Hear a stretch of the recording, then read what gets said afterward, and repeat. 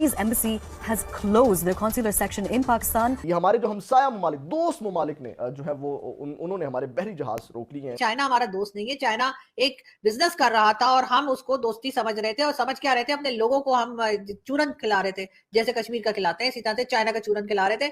तो जी चाइना ने फाइनली कह दिया है कि शिपमेंट रोक दी है हर तरह की चाइना ने पाकिस्तान के लिए, और कहा है कि जी पहले पैसे पकड़ाओ। या तो पाकिस्तान के दो रास्ते रहेंगे मईशत के, या दिवालिया। क्या चाइना पाकिस्तान को डिफॉल्ट करवा रहा है? मुझे तो ये लग रहा है। पिक्चर अभी बाकी है मेरे दोस्त। अब नारे लोग मार रहे हैं कि पाकिस्तान से जिंदा भाग। जो भी हुकूमत बनाएगा उसे जो महंगाई है वो कहते हैं जहेज में मिलना, उसे जहेज में मिलेगी। बड़ी मुश्किल से पाकिस्तान ने खासतौर पर ग्रेट ब्रिटेन को रिक्वेस्ट की थी कि ये जो वर्जिन अटलांटिक है या जो ब्रिटिश एयरलाइन है, इनको पाकिस्तान में लेके आए। आपको ये बताते चले, चाइना जो पाकिस्तान का बड़ा दोस्त समझा जाता है, वो जो हम कहते हैं ना समंदर से गहरी और पता नहीं हिमालय से ऊंची, और किस किस तरह की जो है वो हमारी दोस्ती है चाइना के साथ। तो जी चाइना की तरफ से कहा गया है कि मजीद कोई शिपमेंट जो है वो पाकिस्तान को नहीं दी जाएगी जब तक कि पेमेंट नहीं मिलेगी। लेकिन यहीं पे बात खत्म नहीं होगी, पिक्चर अभी बाकी है मेरे दोस्त। जय हिंद दोस्तों। पाकिस्तान के गहरे दोस्त चीन ने भी अपने रंग दिखाना शुरू कर दिया है। चीन ने पाकिस्तान में अपने दूतावास के काउंसिलर सेक्शन को तकनीकी वजह से अस्थायी रूप से बंद कर दिया है। चीन ये भी नहीं बताया कि वो काउंसिलर सेक्शन को कब तक खोलेगा। चीनी दूतावास ने अपने आधिकारिक वेबसाइट पर नोटिस जारी करते हुए इसकी घोषणा की। चीन ने कहा कि तकनीकी वजह के कारण इस्लामाबाद में चीनी दूतावास का काउंसिलर सेक्शन 13 फरवरी से अगली सूचना तक अस्थायी रूप से बंद रहेगा। चीन ने कहा कि यह बिगड़ती सुरक्षा स्थिति के कारण यह जोखिम बढ़ सकता है।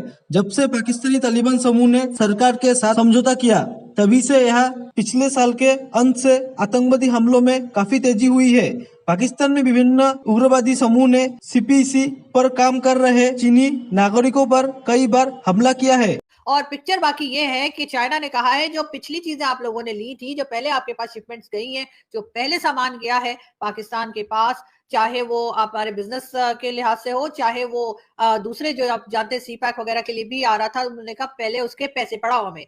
यानी कि चाइना ने दोस्ती को साइड पर रखा और मतलब पैसों के ऊपर चले गए। इस किस्म के मतलब ये कैसी दोस्ती है ना यार, दोस्त तो आपस में पैसों से बात नहीं करते, लेकिन चाइना करता है। और हमें ये बात माननी पड़ेगी कि चाइना हमारा दोस्त नहीं है, चाइना एक बिजनेस कर रहा था और हम उसको दोस्ती समझ रहे थे, और समझ क्या रहे थे, अपने लोगों को हम चूरन खिला रहे थे, जैसे कश्मीर का खिलाते हैं इसी तरह से चाइना का चूरन खिला रहे थे।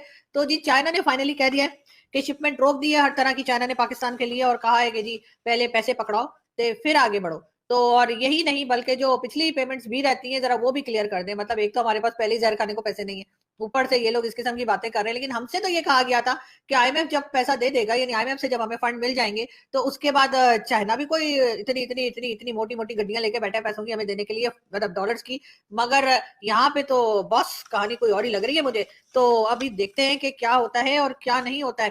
फाइनेंशियल टाइम्स ने पाकिस्तान के लिए खतरे की घंटी बजा दी है। जी खतरे की घंटी तो बहुत दिनों से बहुत लोग बजा रहे हैं, मगर हम सुन नहीं रहे किसी की। हमारे कान में जो है ना पानी घुस गया, मतलब ये कि फ्लड आया था ना, इस वजह से शायद। क्योंकि ये फाइनेंशियल टाइम्स की बात नहीं है हमारे लिए, तो अमेरिका भी घंटी बजा रहा है खतरे की, भारत भी बजा रहा है, और भी बहुत सारी कंट्रीज बता रही हैं कि जी आपकी हालत बहुत खराब है, कुछ कीजिए कुछ कीजिए। लेकिन हमें कुछ सुनाई नहीं दे रहा और ना ही हम कुछ करने के लिए तैयार हैं। क्या चाइना पाकिस्तान को डिफॉल्ट करवा रहा है? मुझे तो ये लग रहा है। जी हाँ, देखिए हमने इस वक्त सबसे बड़ी डेट सर्विसिंग चाइना की करनी है। और अब चाइना का मसला ये है कि चाइना ने हमसे ज़्यादा इन्वेस्टमेंट श्रीलंका में की। उन्होंने श्रीलंका को डिफ़ॉल्ट करा दिया, डेट रीशेड्यूलिंग नहीं की। वहाँ भी वेस्ट का एक ही मौक़िफ़ था कि आप हमसे पैसे लेकर चीन को दे देंगे, हम आपको क्यों पैसे दें। और वो जो श्रीलंकन प्रेसिडेंट थे जो बहुत प्रो चाइना थे, आखिर वो इक़्तिदार से गए और श्रीलंका को अपनी प्रो चाइना पॉलिसी बदलनी पड़ी। जाकर फिर IMF ने उन्हें बेल आउट पैकेज दिया, क्योंकि वेस्ट का इस बात पर बिल्कुल एक इत्तेहाद है और हकीकत है कि वो ये कहते हैं कि हम अपनी फिनंसिंग चाइना की को नहीं देने को तैयार। जो पैसा हमारे पास है वो आप हमसे लेकर चीन को नहीं दे सकते। चीन के कर्जे आपने देने हैं, वो आप अपना बंदोबस्त करें। आपने चीन के कर्जे देने हैं, आप रीशेड्यूल कराएं। आपकी को हिमालय से ऊंची दोस्ती है, आपने फ्री ट्रेड एग्रीमेंट चाइना के साथ करके अपनी मैन्युफैक्चरिंग इंडस्ट्री तबाह की है। ये आपका और चीन का मसला है। तो इसलिए अगर आज चाइना हमारे 45% कर्जे रीशेड्यूल कर दे, जैसे कि 9/11 के बाद पेरिस क्लब से हुए थे, मुशर्रफ साहब ने कराई थे, कल सारी बातें मैं कर चुका हूं। तो इसलिए ये मसला 1 मिनट में हल हो जाएगा। लेकिन ये श्रीलंका का हाल सामने है, चाइना नहीं करेगा। दोस्तों, पाकिस्तान के अंदर वर्जिन अटलांटिक जो है उसने अपनी ऑपरेशन सस्पेंड कर दी है। यूके बेस्ड एक एयरलाइन है, और अगर मैं आपको बताता चलूँ कि बड़ी मुश्किल से पाकिस्तान ने इंटरनेशनल कम्युनिटी को और पर्टिकुलरली जो हमारे वेस्टर्न इत्तेहादी हैं, ख़ासतौर पर ग्रेट ब्रिटेन को रिक्वेस्ट की थी कि ये जो वर्जिन अटलांटिक है या जो ब्रिटिश एयरलाइन है, इनको पाकिस्तान में लेके आएँ, क्योंकि बहुत ज़्यादा पाकिस्तानी जो है वो लंदन में रहते हैं या बहुत सारे और बरतानिया के इलाकों में रहते हैं, तो डायरेक्ट लाइन होनी चाहिए, एयरलाइन होनी चाहिए, वरना कतर से, यूएई से और बाकी जगहों से जाना पड़ता था। लेकिन ये इन्होंने ऑपरेशंस बंद कर दिए और हुकूमत पाकिस्तान को कुछ बताया भी नहीं गया। और हुकूमत पाकिस्तान नॉर्मली आपको पता पसंद नहीं करती कि वो बताए कि ऐसा क्या हो रहा है। दूसरी तरफ अगर आप देखें कि भारत के वज़ीर आज़म नरेंद्र मोदी ने और जो बाइडन ने एक